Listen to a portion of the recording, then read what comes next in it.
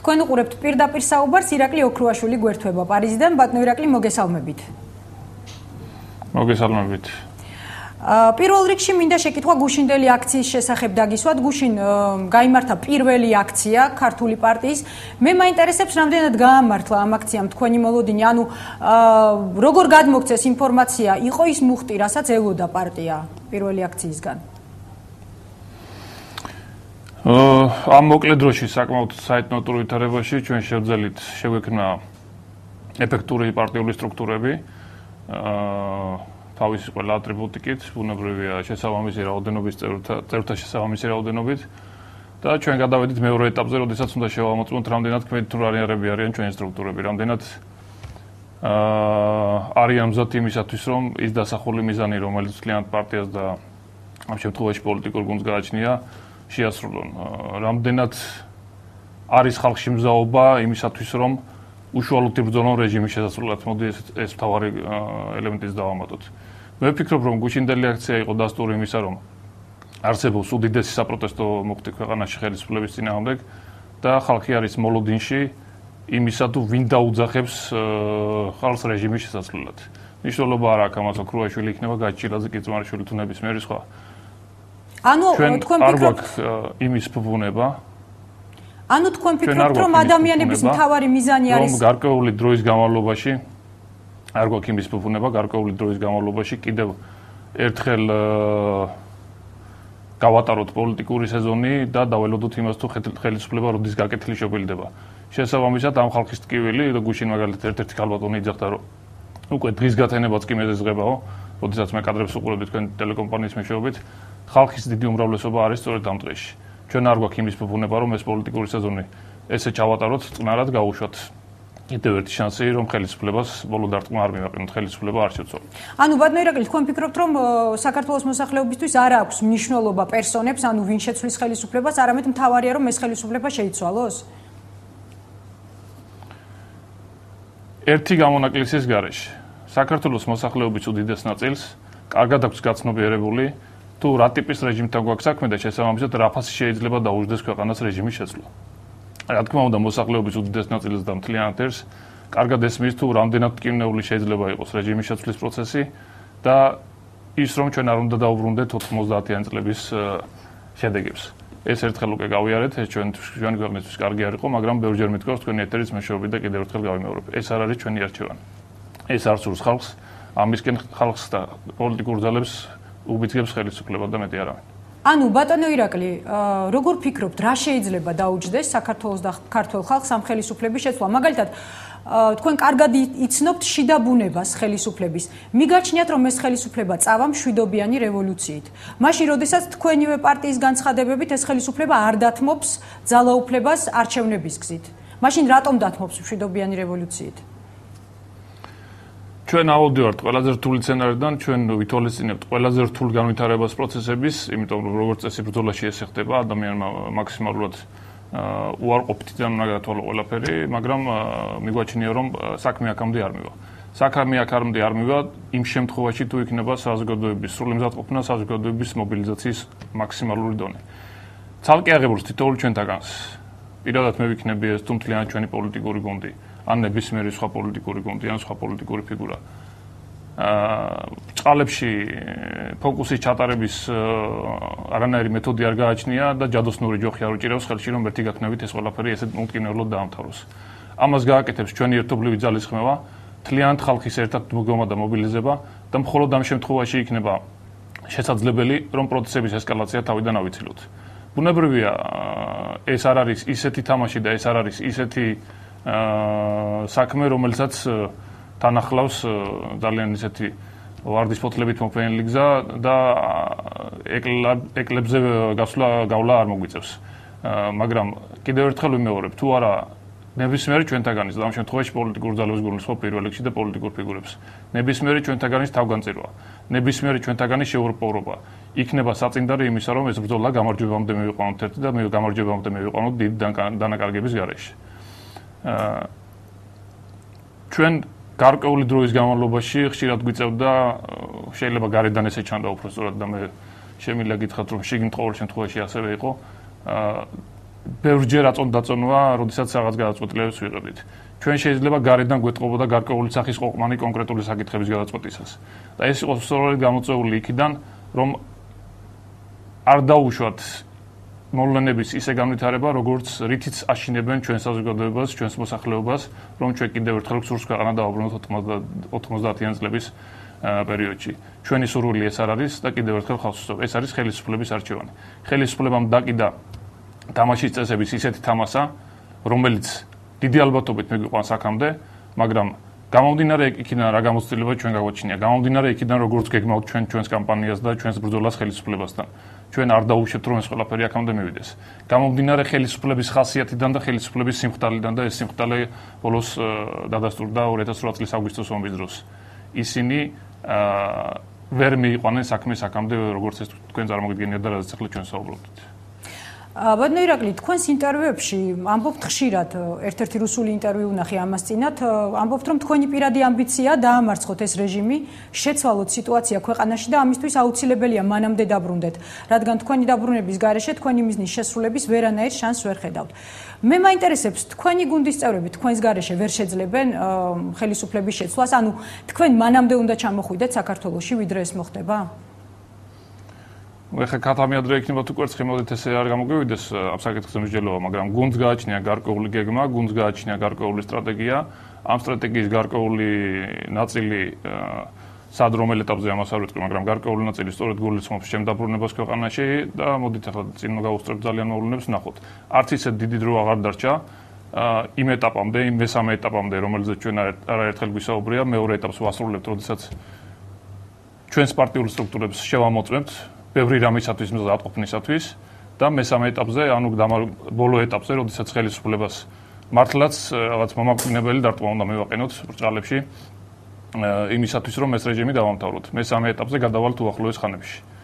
როგორც კი მეორე ეტაპი დასრულდება და ჩვენ გარკვეულ შეცდომებს, გარკვეულ ხარვეზებს და ბუნებრივია ეს ხარვეზები არსებობს, იმიტომ რომ კიდევ ერთხელ გავიმეორებ, ძალიან მოკლე დროში მოგვიხდა პარტიული სტრუქტურების აშენება.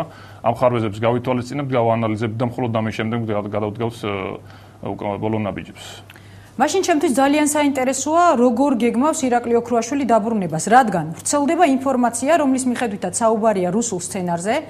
და ამ სცენარით თბილისის ცენტრში დაწყებული არეულობებისა და ხელისუფლების მხრიდან მომიტინგეთა წინააღმდეგ ძალის გამოყენების ფონზე იგეგმება გორში ირაკლი ოქრუაშვილის გამოჩენა, რომელიც მშობლიურ ქალაქში ცხინვალის რეგიონიდან ჩავა.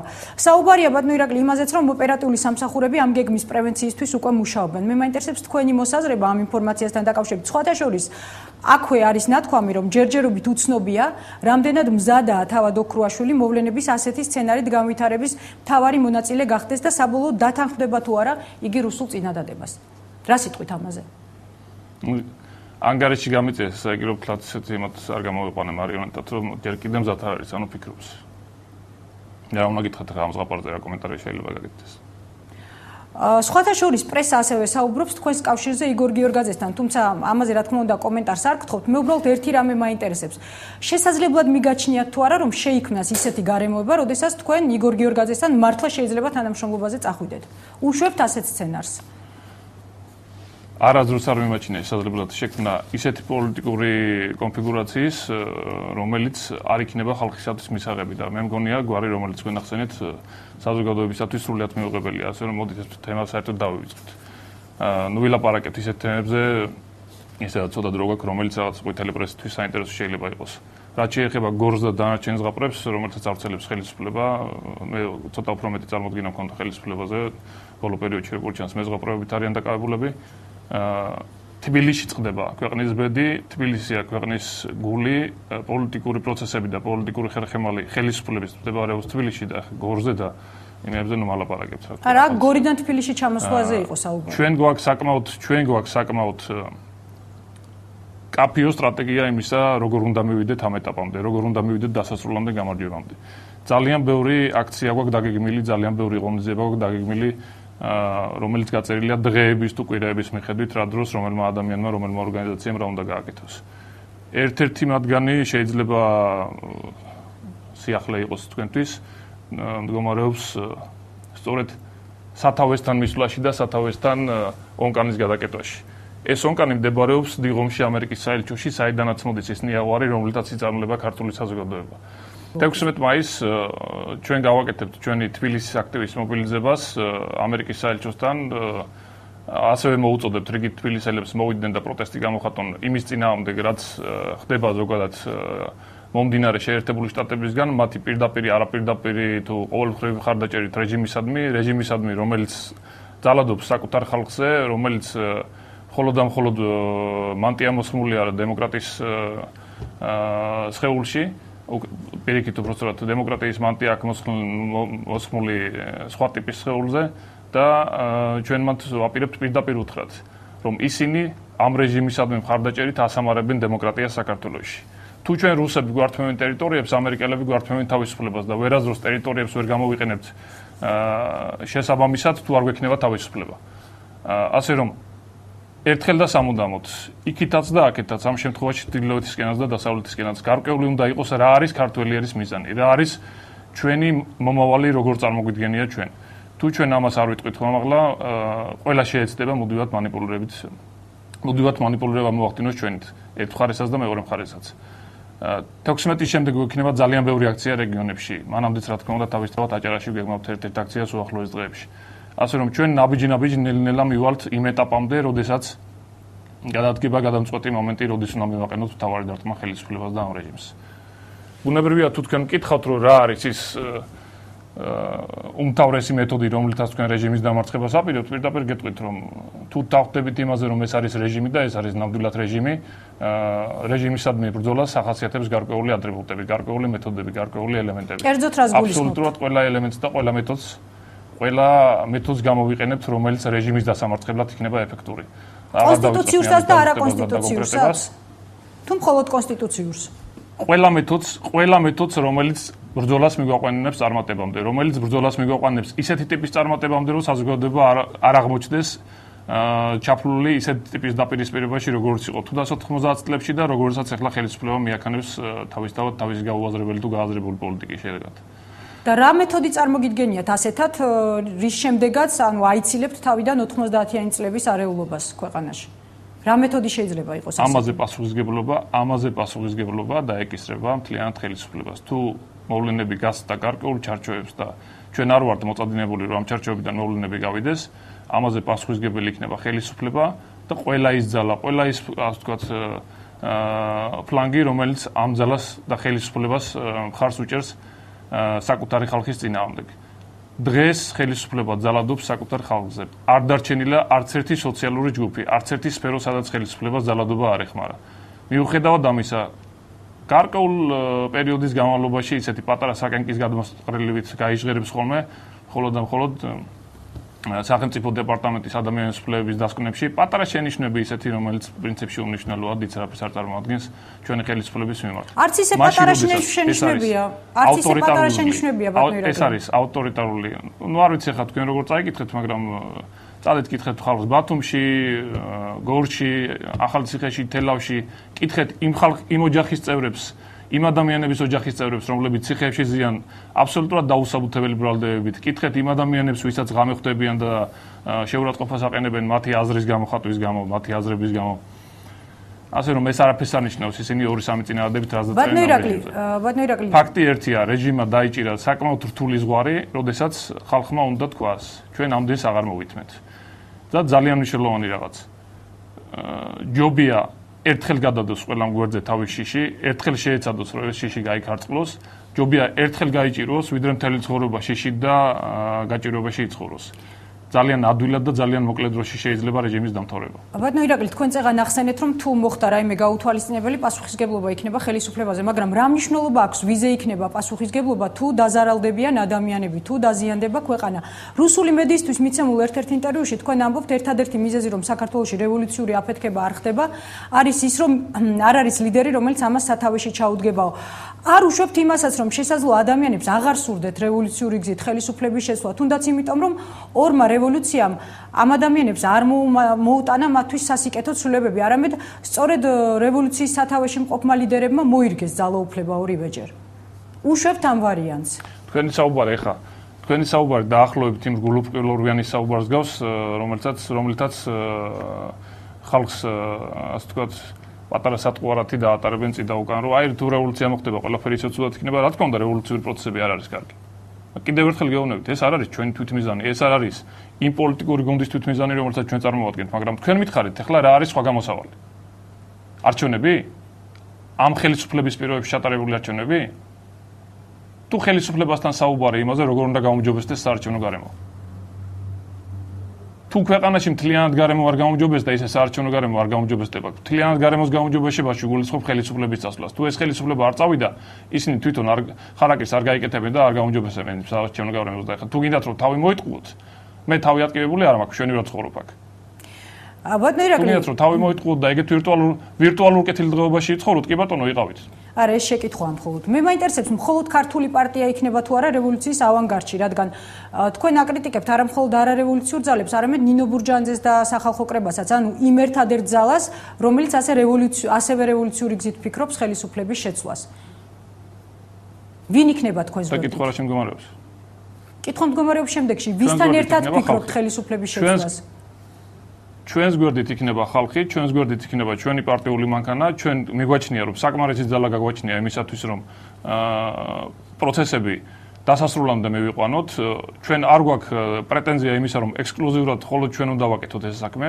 ჩვენ გქონდა გარკვეული სახის მცდელობები, შეიძლება ეს საჯაროდ არ ჩანს, მაგრამ კულუარულად და კულისებში ვცდილობდით ბევრ პოლიტიკურ ძალასთან გამოგვენახა საერთო ენა ბევრ პოლიტიკურ ძალასთან მიგვეტანა ჩვენი ხედვა და ჩვენი აზრი რას ვაპირებთ და გაგვეხადა ისინი მოკავშირეებად ამ პროცესში.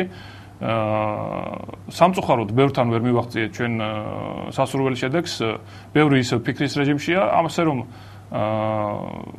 ქარავანი მიდის თუ ვინმე ცდილობს რომ თუ ვინმე შეეცდება რომ გარკვეული წვლილი შეიტანოს ამ საქმეში მოხარულები ვიქნებით. თუ დიდი მსურველები არ გამოჩნდებიან, არც ეს არ არის ჩვენთვის პრობლემა.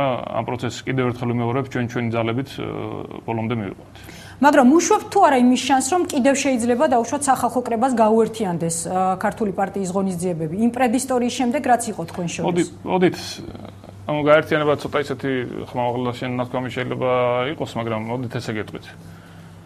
მიუხედავად გარკვეული ტიპის დაპირისპირებებისა გარკვეულ ადამიანებთან ჩვენი მხრიდან სახალხო კრების მხარეს გულისხმობ მე ამ შემთხვევაში ქალბატონ ბურჯანაძის განსაკუთრებით.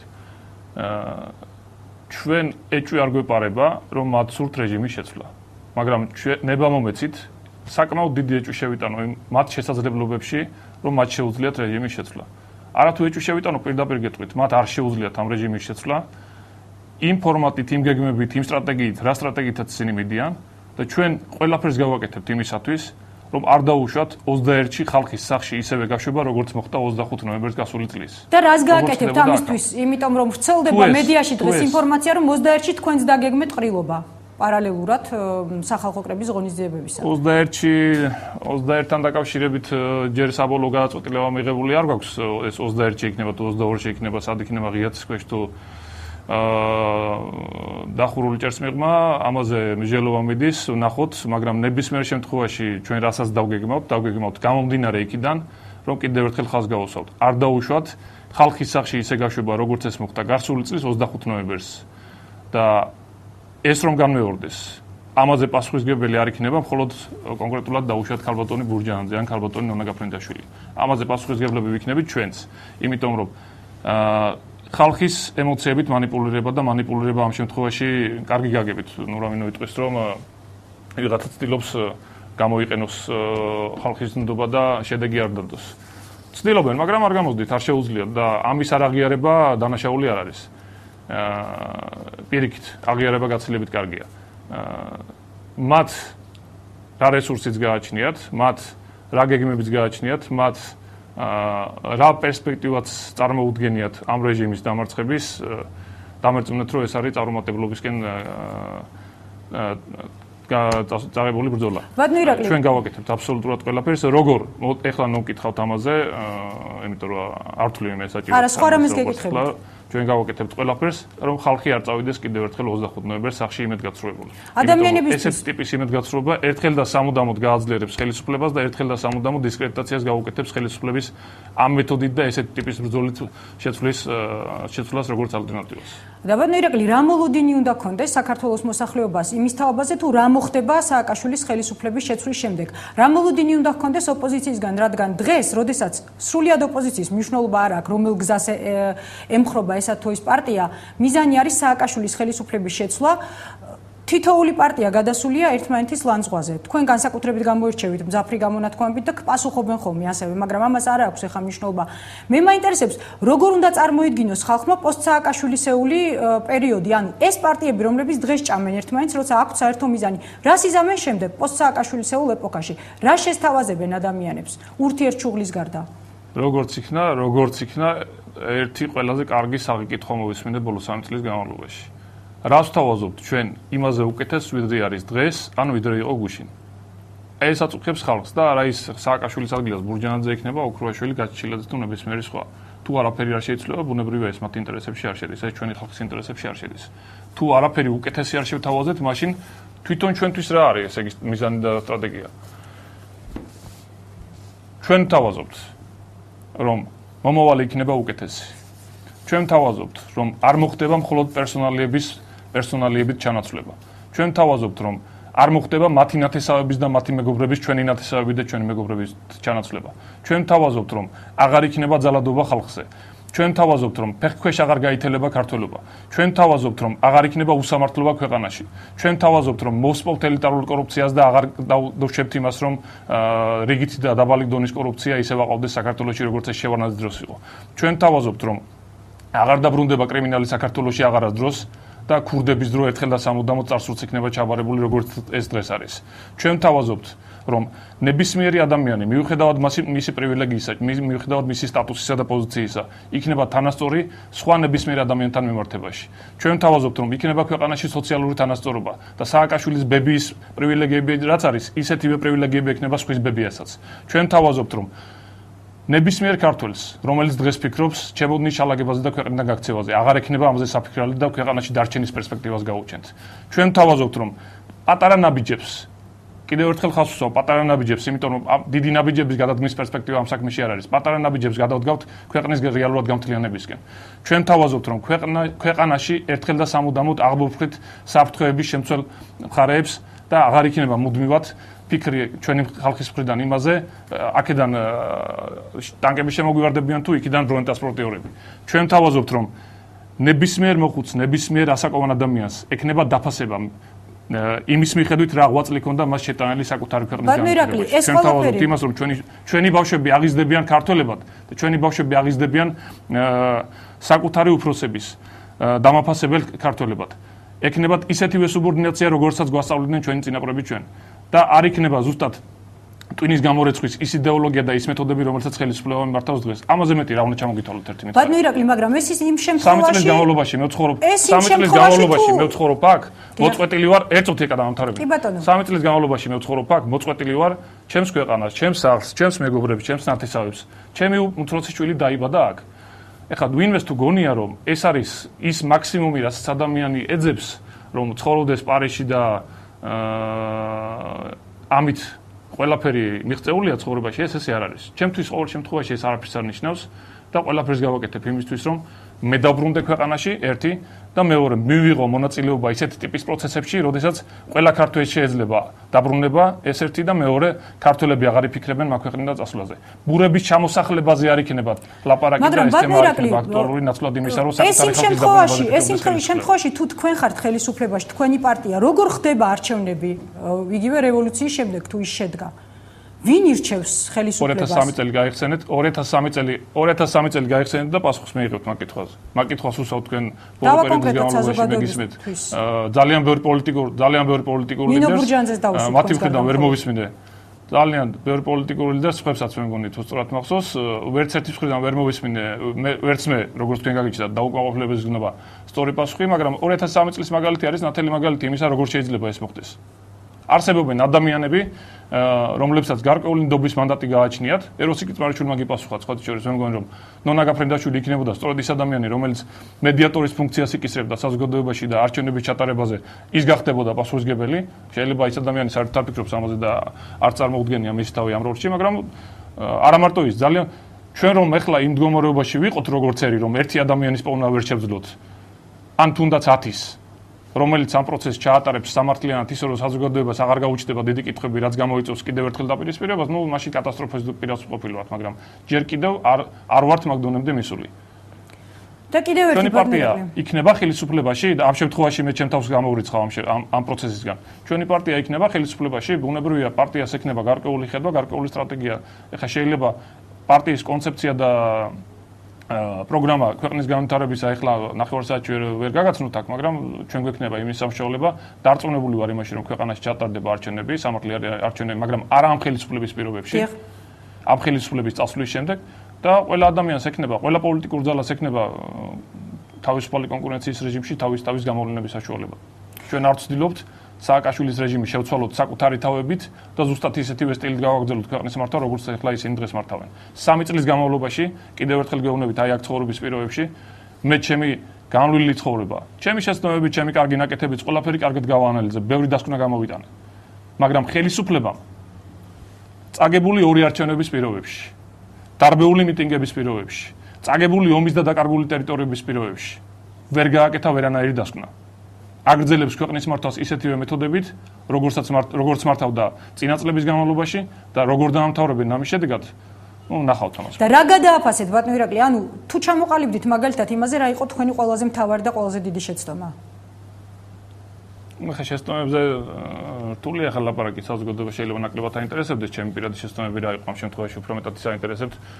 მომავალი როგორი იქნება და რეჟიმი როგორ მტკივნეულად შეიცვლება, მაგრამ მოდი ესე ვთქვათ, ნებისმიერი ტიპის უსაზღვრო ძალაუფლება აფუჭებს ადამიანს მავნია საზოგადოებისთვის და მავნია თვითონ სახელმწიფოსთვის. როდესაც ადამიანზეა აგებული, კონკრეტულ პიროვნებაზეა აგებული რაიმე სახის ინსტიტუტი თუ უწყება, ქვეყანა ვერ განვითარდება და დღეს სწორედ ხელისუფლების სააკაშვილის 7 წლიანი მმართველობის შედეგად არც ერთი სახელმწიფოებრივი ინსტიტუტი არ აქვს ჩვენ და ყველა ინსტიტუტი ბჭყალებში, ყველა დაწესებულება ჩამოკიდებულია კონკრეტული ადამიანის ნებასურვილზე. ამას სიკვდილი იმას ჩამოგჩობა ესე რომ მსჯელობენ და ესე როწყვეტენ საკითხებს, იმიტომაც არის ქვეყანა მისული სწორედ ამ დონემდე. დიდი მადლობა. მე თუ გარკვეული დრო დაგვრჩა პატარა მიმართვა მინდა გავაკეთო ჩვენი საზოგადოების მისამართით. ერთი წუთი ზუსტად ბატონო ირაკლი. მინდა მიმართო ჩვენი საზოგადოების სამივე ნაწილს. იმ ნაწილს, რომელიც ჩვენი მხარდამჭერია და ამ შემთხვევაში ჩვენ თავს არ გულისხმობ ქართულ პარტიას, იმ ხალხს, რომელიც რეჟიმის მოწინააღმდეგეა, იმ ხალხს, რომელიც ნეიტრალურია და იმ ხალხს, რომელიც მდინარის იქით ანაპირას დგას. ჩვენ მხარდამჭერებო, თქვენი ბრძოლა, თქვენი შრომა, თქვენი წვალება იქნება აუცილებლად დაფასებული. ჩვენ ამ საქმეს მივიყვანთ ბოლომდე და იმედს პირობას გაძლევთ, რომ თქვენი იმედებს არ გავაცრუებთ. ჩვენ ხალხს სახში აღარ გავუშვებთ, ისე რომ გამარჯვებას არ მივაღწიოთ. იმ ნეიტრალურ ადამიანებს, რომლებიც პროცესს აკვირდებიან ტელევიზორებიდან, მინდა უთხრა, რომ თუ ჩვენი ბრძოლა დამთავრდა წარუმატებლად და მე არ გაშინებთ, პირდაპირ გეუბნებით, რეალობას გიხსნით. მაშინ თქვენი მდგომარეობა, თქვენი ყოფა გაცილებით უფრო რთული იქნება, ვიდრე ეს დღეს არის. ამიტომ დროა და საჭიროა, ქვეყნისათვის არის საჭირო და არა ჩვენთვის, რომ მოვწყდეთ მაგ ტელევიზორებს და ცოტა აქტიურად მიიღოთ პროცესებში მონაწილეობა. დიდი მადლობა. და მესამე კატეგორიას, რომელიც იქით ამხარეს არის და ეს ძალიან მნიშვნელოვანია. მიუხედავად ბოლო პერიოდის ბოლო წლების ძალადობისა საკუთარ ხალხზე, მიუხედავად იმისა, რომ თქვენი мотиваცია ჩვენთვის სრულად გასაგებია, შეინარჩუნოთ თქვენი პირადი მდგომარეობა და ემსახუროთ რეჟიმს. ჩვენ დავივიწყებთ ყველაფერს და ნოლიდან ამოვალთ თქვენთან ურთიერთობაში.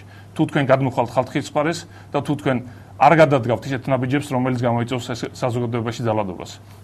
თქვენ გეძლევათ კიდევ ერთი შანსი, რომ ემსახუროთ საკუთარ ხალხს. მაგრამ წინააღმდეგ შემთხვევაში, თუ აპირებთ სააკაშვილის რეჟიმს საფლავში ჩაყვეთ, პირობას გაძლევთ, თუ არავის არ დაგინდობთ. აი ეს არის ჩემი ბოლოს სიტყვა და ამით შემიძლია დავამთავრო. დიდი მადლობა.